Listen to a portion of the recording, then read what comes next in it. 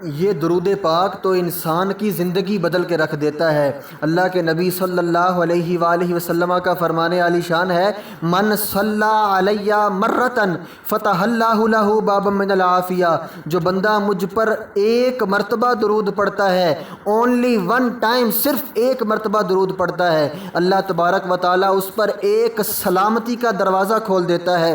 اللہ اکبر، سلامتی کا دروازہ کھول دیتا ہے۔ گویا کہ رب العالمین کا پیارا نبی فرما رہا ہے، اے میرے امتی، تو کسی قرضے کے اندر مبتلا ہو جائے، تجھ پر لاکھوں کروڑوں کا قرضہ ہو، تجھ پر کوئی مصیبت آ جائے، کسی پریشانی میں مبتلا ہو جائے، مجھ پر درود پڑھ لینا، رب تعالیٰ تیری مصیبت کو دور فرما دے گا۔ اللہ اکبر۔ ایک شخص کے بارے میں آتا ہے کہ وہ بڑا پریشان تھا، اس نے یہ پریشانی اپنے کسی دوست کے پاس ذکر کی تو اس نے کہا کہ میں مالدار ہوں، تم مجھ سے کچھ رقم ادھار لے لو اور کاروبار شروع کر دو، کاروبار شروع کرنے کے بعد مجھے رقم واپس کر دینا۔ اس شخص نے کہا چلو ٹھیک ہے، جیسا تم کہتے ہو۔ تو 1000 دینار اس نے قرضہ لے لیا اپنے دوست سے۔ قرضہ لینے کے بعد اس نے وہ کاروبار میں انویسٹ کر دی رقم۔ جب انویسٹ کی تو کاروبار میں لاس ہو گیا، اور نقصان ایسا ہوا کہ اس کے پاس 1 روپیہ تک نہیں بچا، وہ پائی پائی کا محتاج ہو گیا پھر سے۔ اب وہ دوسرے دوست کو پتہ چلا کہ اس نے تو ساری رقم جو ہے وہ کاروبار میں انویسٹ کی اور وہ نقصان ہو گیا، اس کے پاس کچھ بھی نہیں ہے۔ تو وہ پریشان ہو گیا کہ یہ میری رقم کیسے واپس کرے گا۔ جیسے ہی اس کو اس بات کا علم ہوا تو اس نے جا کر مطالبہ کیا کہ بھائی میں نے تمہیں 1000 دینار قرضہ دیا تھا، مجھے وہ لوٹاؤ۔ اس نے کہا میرے پاس تو 1 روپیہ بھی نہیں ہے، میں نے وہ کاروبار میں لگائے تھے اور کاروبار میں مجھے نقصان ہو گیا، سارے کے سارے پیسے ڈوب گئے، میں تو ایک پائی کا محتاج ہوں، میرے پاس تو کچھ بھی نہیں ہے۔ تو اس نے کہا کہ جو بھی ہے میں نے تم سے اپنی وہ رقم واپس لینی ہے، تو یہ جو مقدمہ ہے میں عدالت میں لے کے جاؤں گا۔ وہ عدالت میں مقدمہ لے گیا۔ عدالت میں جانے کے بعد یہ سارا ماجرا جو ہے اس نے جا کے سنایا جج کو۔ جج نے اس شخص سے پوچھا ہاں بھائی تم اس کا قرضہ لوٹا سکتے ہو یا نہیں؟ اس نے کہا جج صاحب میرے پاس تو 1 پائی بھی نہیں ہے، میں اس کو رقم کیسے لوٹاؤں گا، میرے پاس کچھ بھی نہیں ہے دینے کے لیے۔ تو جج نے فیصلہ دیا کہ تمہارے پاس 1 ماہ 1 مہینے کی مہلت ہے، تم اس کی رقم ادا کر دو وگرنہ تمہیں سزا ہوگی۔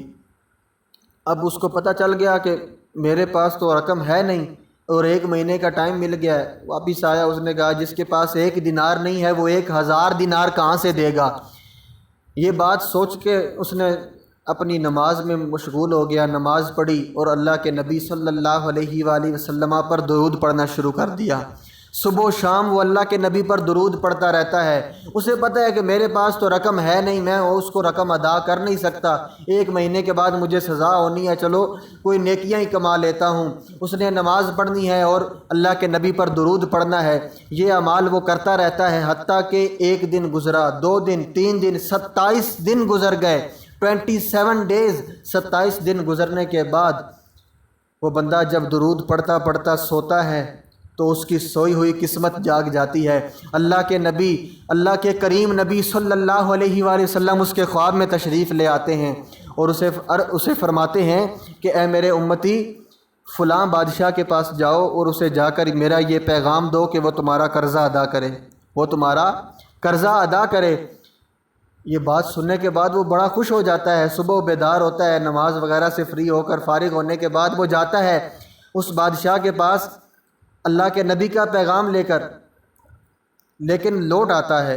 وہ سوچتا ہے کہ میں اس کے پاس چلا تو جاؤں گا، میرے پاس نشانی کیا ہے، وہ کیسے میری بات مانے گا کہ میں واقعی اللہ کے نبی کا پیغام لایا ہوں؟ اس پریشانی میں اس کا یہ دن بھی گزر جاتا ہے، حتیٰ کہ 28 دن گزر گئے، 29ویں شب وہ سوتا ہے تو اللہ کے نبی دوبارہ تشریف لے آتے ہیں اور فرماتے ہیں میرے امتی تو اس فلاں بادشاہ کے پاس کیوں نہیں گیا، جا کر میرا یہ پیغام اسے سناتا۔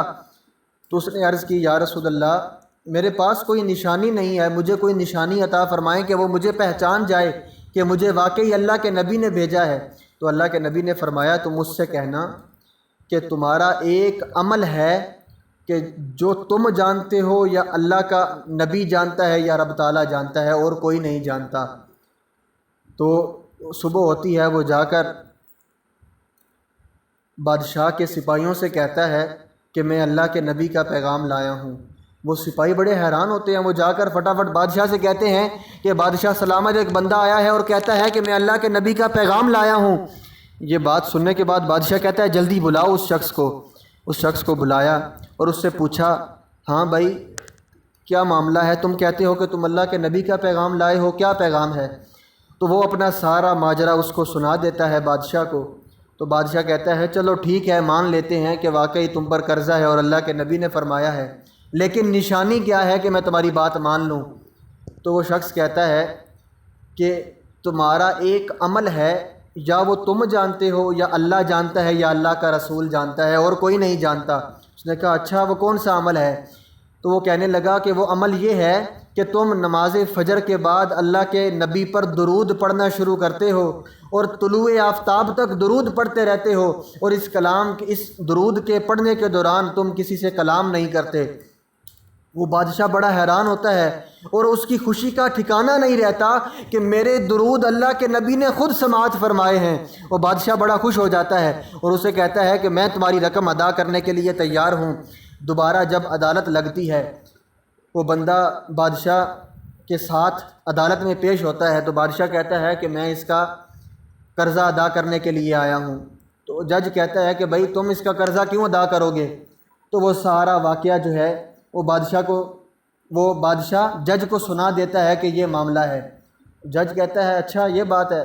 جج اٹھتا ہے، اپنے کمرے میں جاتا ہے اور وہاں سے 1000 دینار اٹھا کے لاتا ہے۔ وہ کہتا ہے جب اللہ کے نبی کا پیغام آیا ہے تو پھر میں کیوں نہ اس کا قرضہ ادا کر دوں؟ اس کا قرضہ میں ادا کروں گا۔ اور جس شخص نے قرضہ لینا تھا وہ کہتا ہے کہ بھائی اللہ کے نبی کا پیغام آیا ہے تو پھر میں اس سے قرضہ لیتا ہی نہیں ہوں، بلکہ میں اس کو 1000 دینار دیتا ہوں۔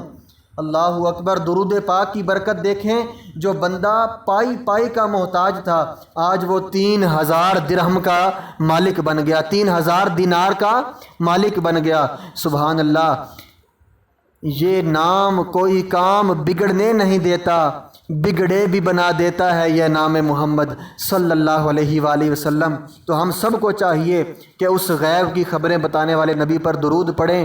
یہ درود پاک ہماری زندگیاں بدل کے رکھ دے گا۔ اللہ رب العالمین ہم سب کو اس درود پاک کی برکتیں عطا فرمائے، آمین۔